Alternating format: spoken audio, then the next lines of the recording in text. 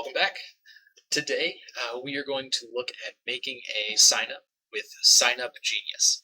I'm going to be doing it from the position of the annual math conferences that the math department puts on, but obviously these would work with any type of parent-teacher conference, or you can use this for many other events and kind of modify some of the things we do to fit the event that you are putting on. But I'm going to look at it from that perspective of scheduling conferences today. So first, SignUpGenius.com is where you will navigate to. I have already created an account, so I'm going to log in. Remember, teachers create accounts for yourself at will. So if you'd like to create one with your school email, you can. You can do a personal email as well. Yeah. Go ahead and log in to that. And if you've used SignUpGenius before, you may see past conferences or past signups that you've made on there. It is possible, I will note before we go on, to duplicate past signup, but it does duplicate everything about them. So dates, slots. So if they're not going to be almost identical, it's probably not worth it. We could change the date, but I might have some different time slots or might want to rearrange them differently this year.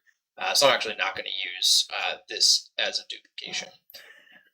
You can, if you want to, though, archive those to get them out of the way so you don't get confused later when you have your brand new one. I'm going to go ahead and do that real quick, and then there is no create button on any of these screens. You'll notice it's up at the top. So I'm going to go ahead and create a new sign up for my conferences this year, and I'm going to title it as such. I'd be a little descriptive, just in case after you get a big list going, you can determine which one is yours. I would highly advise creating a group. Now, I've already created for this year. If you have not yet, you can just simply click that plus button, type your new group name here, and click create. This is going to be super handy for later when people start signing up to be able to communicate back and forth to them. Point that out. You do have to pick a type and category. So for this, I'm going to go scheduling and education. It seems to fit mine. Down here, you can pick your design. So if you would like to, you can sort through these themes that they have. You can pick any one that looks nice to you to change the colors and some of the way the other stuff looks. You'll notice that a lot of them have this kind of banner badge on them. That means it's a premium theme, so you won't be able to use those without paying, unfortunately. If you find a good one that you like, I kind of like the colors on this one, but I can't change anything about it, so I'm actually going to go back to that very first one because it will let me change the picture. Notice this little icon that lets me customize the image. I've got the Ross and Saunders logo up here, or I can upload something from my computer. Do a little bit of customization.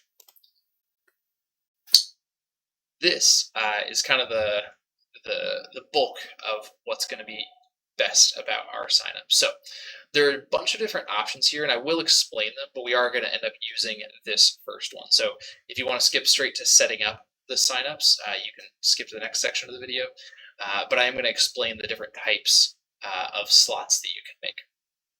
First is sort by date. You can create dates that all have individual times and slots. Again, this is what I'm going to use today because I want to prioritize those dates and times, but it may not always be advantageous, which is why these other ones exist.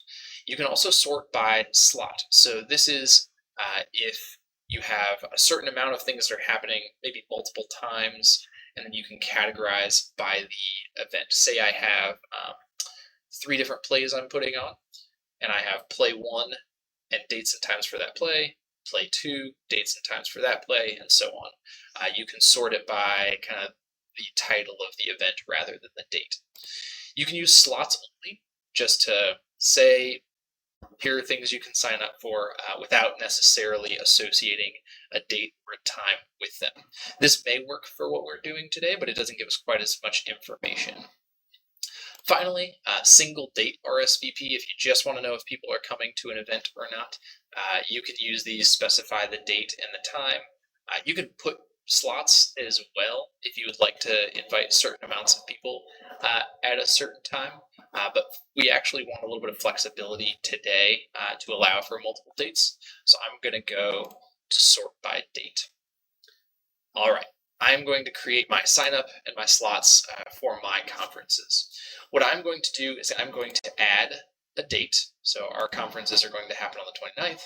And now I can add times. So my first one, maybe I'll start at 12:15.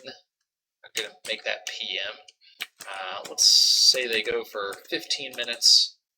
And you could put a location on here if you want it. Now, if you've got more time slots on that day, you can add them all here. Let's give myself a little bit of a gap, 12:30 to 12:40. Really gonna have to take time to prepare. I do want that to be PM. 12:55 for that. And I could keep going. I could add more slots to this as I wanted. Say another 10 minutes. 1:05 PM to 1:20 PM. And you can add as many as you want here. After we add that, you'll notice that it puts the date and times over here, but then these slot boxes are empty, and you may ask why I didn't just put the times in these slots. That's because if we give them times here, when people sign up, they'll be able to do things like add them to the calendar using times that are already there, and they won't have to individually manage those. So this is more just for a title for the thing that we are doing. So what I can do is I can say add slots. I can say they're each just a conference, and I want to put one on all of the dates. Save. So now there is a single conference listed for each date and time. If I wanted to, so say I can't fit all of my conferences into Friday afternoon, I can go ahead and add a date. And let's say I want to do a couple on Thursday. Maybe I'll do one at 4:10 PM to 4:05. And another one from 35 to 4:50. Making sure I switch those to PM. Do not want to be there at 4 AM. Not a good time for conferences. I can add those, and you'll notice that we can say assign these dates and times to all available slots. Since we've already created that slot that we call conference, this will add that conference slot automatically to those new dates and times that we set. Again, setting those dates and times, very nice down the road so that we can use those times later. Once I hit save and continue, I'll get a couple more settings that I can edit for my sign up. They have to put in a name. I do require them to put in an email so that I can contact them later. This is especially useful if they enter something for their name that is not close to their name.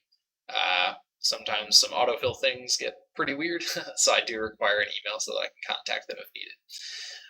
They can also add a comment, but you can take that off if you'd like.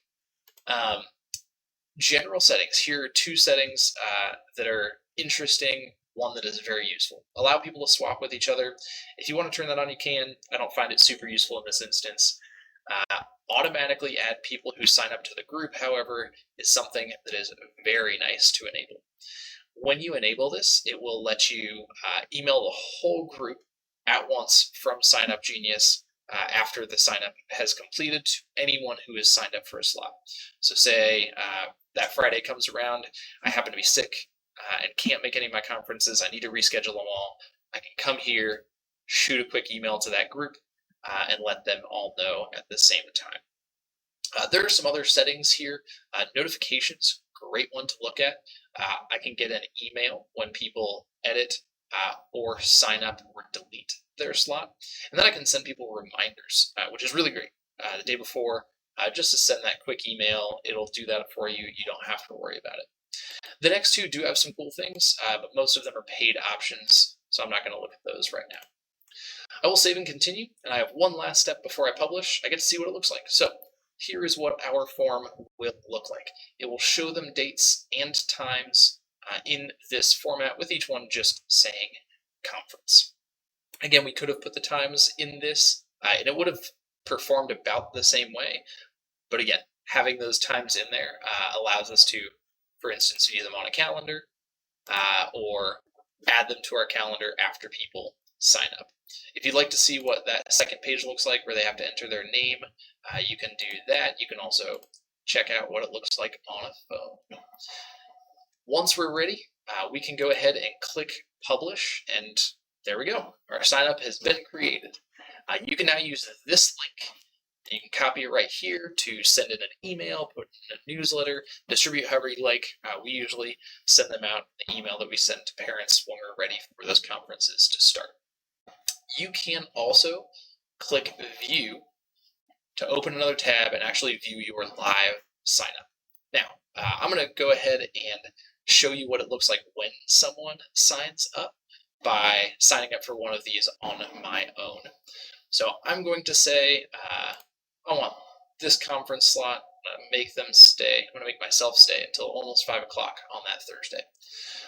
Note that the way SignUpGenius works, you can select multiple. It's actually a paid option to limit to one. So if a parent accidentally does that, you'll be able to remove those, and I'll show you how in just a second. Once they select theirs, they can click Submit and Sign Up.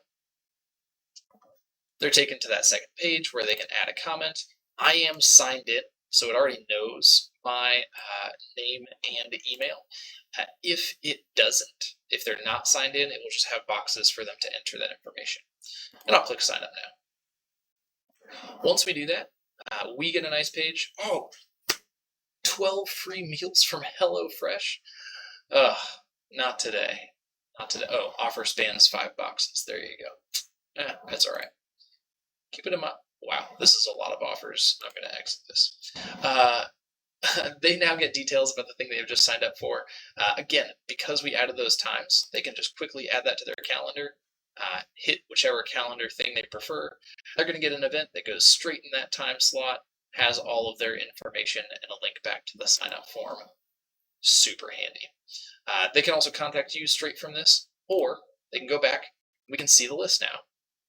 There is a slot taken. That one is occupied. Now no one else can sign up because I said we only wanted one slot there. As the creator of the form, I now get these 2 buttons. I get an edit button and a delete button. So if someone did come and sign up for a bunch, I can simply come back, or if they want to change their slot down the road, I can delete the one they already have and allow them to sign up for a different one. That's it. This is an awesome way to coordinate these sign-up times with your parents and allow them to choose times that work for you and make that easy communication back and forth. If you have any questions or need any help, please let me know, and I'll see you later. Have fun.